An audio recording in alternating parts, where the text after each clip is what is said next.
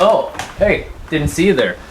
You guys are probably here for the shop tour, huh? Well, let's take a look. Welcome in. You guys are currently standing at the front door. Well, let's be honest, you're probably sitting on the toilet, but the camera is set up at the front door of my shop and it's looking directly at the miter station. So if you're curious of the size of my shop, it is 12 by 22. It is a small shop. It has 10-foot ceilings on this side, and right over here they end and they are just under 8 foot. So this is my shop. I get asked all the time over on TikTok, how is it set up? How would you set up a small shop? Well, this video is going to answer that, and it's going to be a long one, so buckle up because we're about to get started. So I think we should start here. We've got our drill organization thing. You've seen it in every YouTuber's shop. Well, now I have one. It's quick and easy. It charges the battery on the side instead of the top like everybody else with the angled thing. Holds a couple of batteries up top. I made it for 4 even though I currently only have 3 because the other drill gave up. But who knows, maybe I'll buy something to fill that slot later. I just keep tape measures, batteries, drill bits, drivers, right angle, all that stuff up there. On the other side of this is just some layout tools and of course ear protection. One thing that you'll notice that's different about my miter station than most others is I do not continue my miter saw fence out, and I also don't have cabinets built out. I keep it as a workbench because this is a very small shop. It does have T-tracks, so I can use a stop block on both sides of the miter station, but I do not have anything that would stop me from working. I keep the work surface clear, which is why everything is up, and I don't have cabinets here because I want to be able to actually work and assemble and have as much counter space as possible in this small shop. Now below this first miter station is where I keep this pull-out parts bin, and this houses random things all the way to intentional things. And I will get a label maker and actually organize this. I just put this in the shop. I've had it for probably 2 or 3 years sitting on the outside of the shop, wondering what I would do with it. And then when I reorganized, I decided I would use it. I keep furniture butter in one, and my other walrus oil waxes in another, my dominoes in this one, and they're different sizes. It has different compartments. This is a really cool piece of shop furniture, and I'm using it for all sorts of random things, but it works really well and it's going to keep things organized, hopefully. On top of here, I keep all of my walrus oil finishes along with sandpaper and some more ear protection. I keep some cleaner down here. This is just kind of the most used things, along with a yoga mat for sanding. So at the heart of my miter station is my miter saw, and this is a DeWalt DWS 715 12-inch miter saw. It's great. I don't use the bevels and everything. The most I ever do with it is change the angle. But so far it has been a great saw. I've had it for probably 3 years now. I don't have any complaints. Yes, it only has an 8-inch crosscut capacity. Of course, you can roll the material and cut a little bit wider. Not recommended, but you can do it. It's just a workhorse. It does everything I need it to do. For me, the miter saw is more of a breakdown and lumber processing tool than a fine finish tool for my style of woodworking. Of course, if you're a trim carpenter, then this is a essential tool. But here in the wood shop, I've got my table saw for any of my important, accurate crosscuts or miters or anything like that. With this saw here, I'm mainly breaking down material. While I wish I had a slider so that I could do half laps and things of that nature, unless I had one that was like 16-inch crosscut, then I'm really not going to see a benefit for me over using my table saw. Main benefit would be like if I was to make a chessboard, just being able to crosscut it and not have to pull out a sled would be kind of nice. And then the half laps again would be nice, but if you don't have a miter saw or you are interested in picking one up and you're just going to use it how I do for lumber processing, I couldn't put a stronger recommendation on this saw.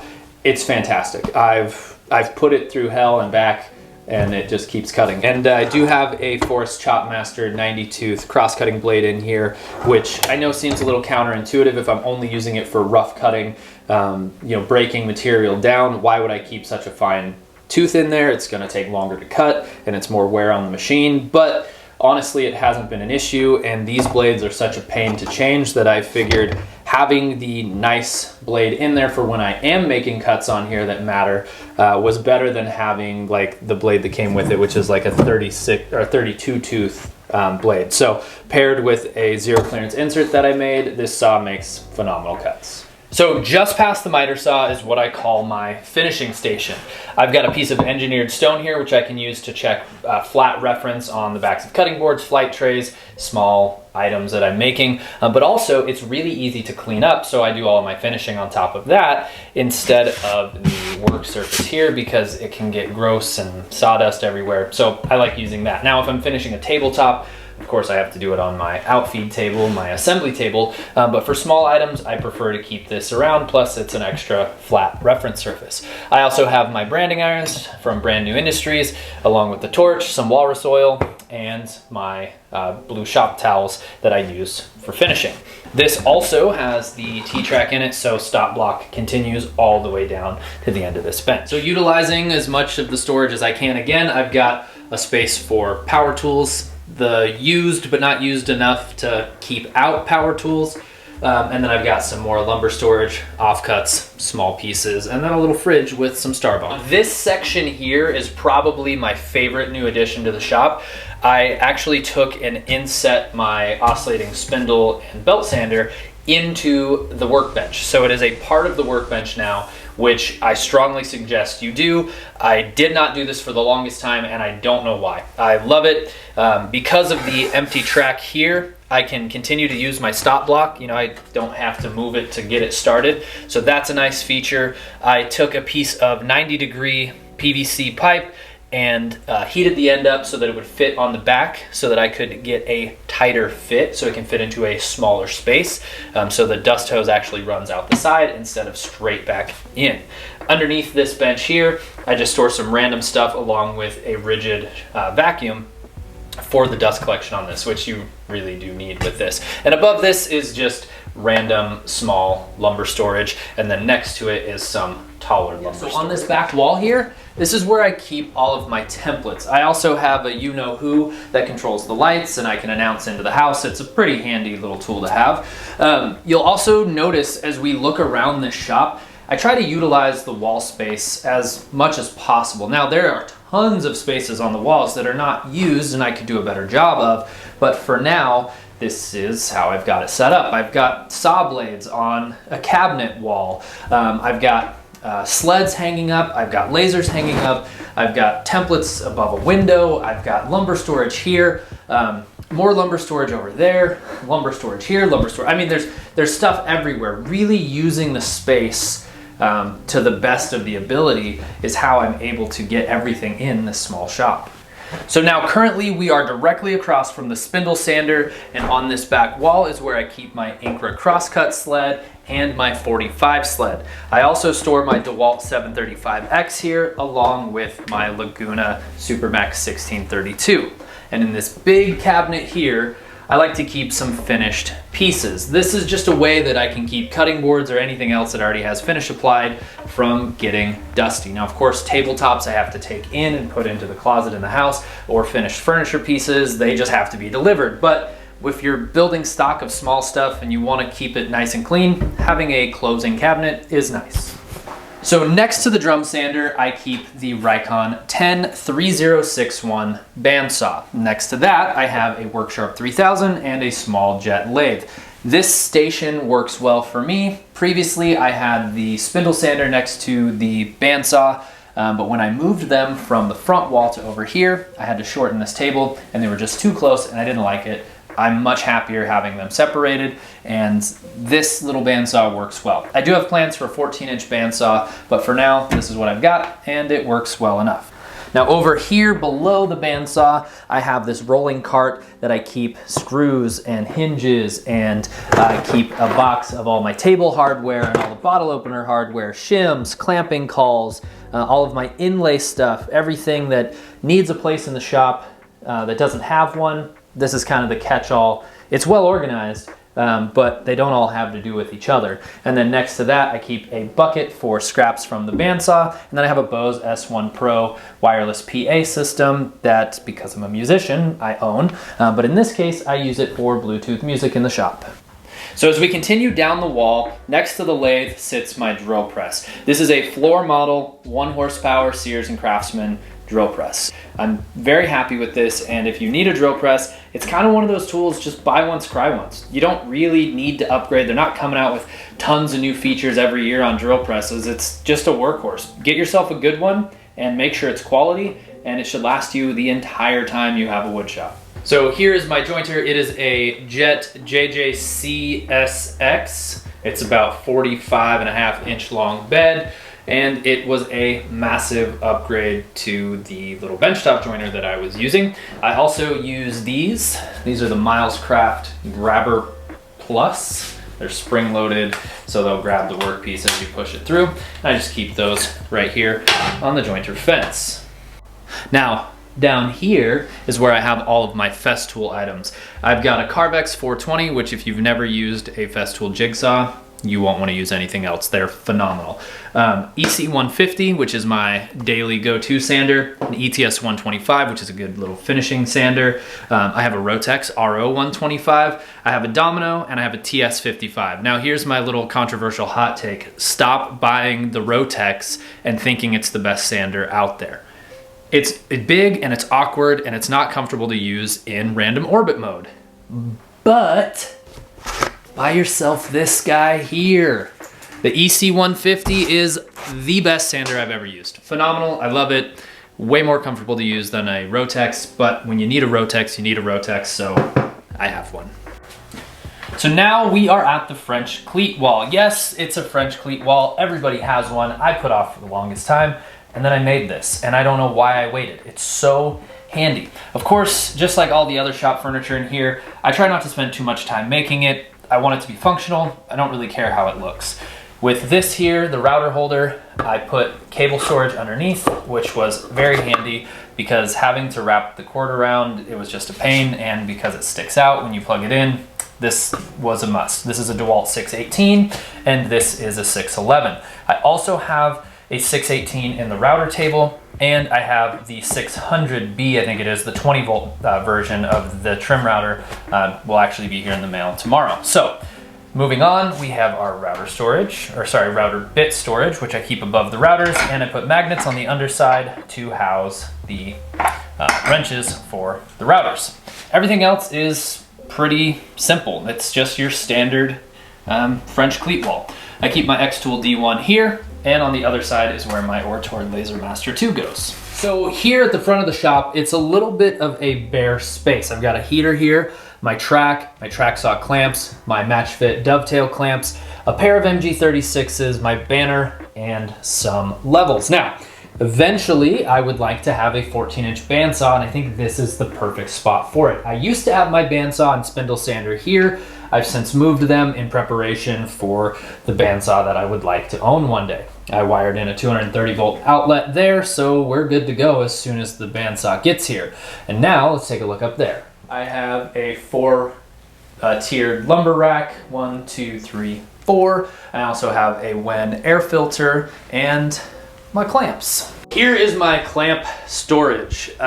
It is a work in progress. This is a new thing for me. I used to just have a 2x4 and I would individually screw them all on, but when I started this business full time and had to reinvest in some more clamps, it just wasn't gonna be enough storage for me. So I hopped on YouTube and looked around and found a pretty simple design that I modified to fit my needs. I don't remember whose design this is, so sorry I can't link it, but it's super simple and it works great. And it's just on a French cleat. I can move them around as I need to. But I have, let's see, there's 4, 8. So I have 8 50-inch Bessie K-bodies. I have 4 of their 24-inch K-bodies. I have 4 Irwin 24-inch and 4 Jorgensen 24-inch, along with 2 48-inch Irwin parallel clamps. So that's my parallel clamp collection. I would like to increase this, maybe get some 36 and 40-inch clamps in there. And I might even check out the Revo Juniors because they're so much lighter. When you do, I did a big 40-inch by 40-inch panel out of 8-quarter ash, and with 6 of the 50-inch clamps on it, it weighed way too much. It was super heavy. So I might look into the K-body, the Rego Juniors from Bessie. I've also got just a little short pipe clamp here, along with some more pipe clamp storage there, some 24-inch F-style clamps, some 18-inch Harbor Freight F-style clamps, which, you know, don't hate on me. They work really well and they're really inexpensive. So I have the Harbor Freight in the 18 and the 12-inch, and then I've got some 6-inch here as well. And then you'll see my most used and absolute favorite little workhorse in the shop, these 4-inch Jorgensens. They're just super handy. That's why I have 42 of them. Yes, 42, because 42, that's the answer. I also have some more clamps that are just kind of stuck over there above the window there, and those are just the squeeze clamps, and then all of my Mosca right there, all my Mosca quick clamps are over there. But that's my clamp wall. Now if we look directly under the clamps, this is where I keep kind of the odds and ends, the random little pieces of sheet goods that get cut off, and then outside in the breezeway I have full-size sheet goods storage. So now we move on to the workbench. This is about 35 by 56. It's a 3/4 inch maple plywood top with the match fit dovetail system. So this allows me to slide these in, clamp work pieces down. It's a very handy system. I ran 2 pieces here and then 3 tracks along the side there, along with 2 where the miter slot cutouts are. I just continued those down with the match fit. I used to have an extra one here, but when I replaced the top for the miter bars to match this table saw, I decided not to add it because I wanted extra space that wasn't impeded by the track.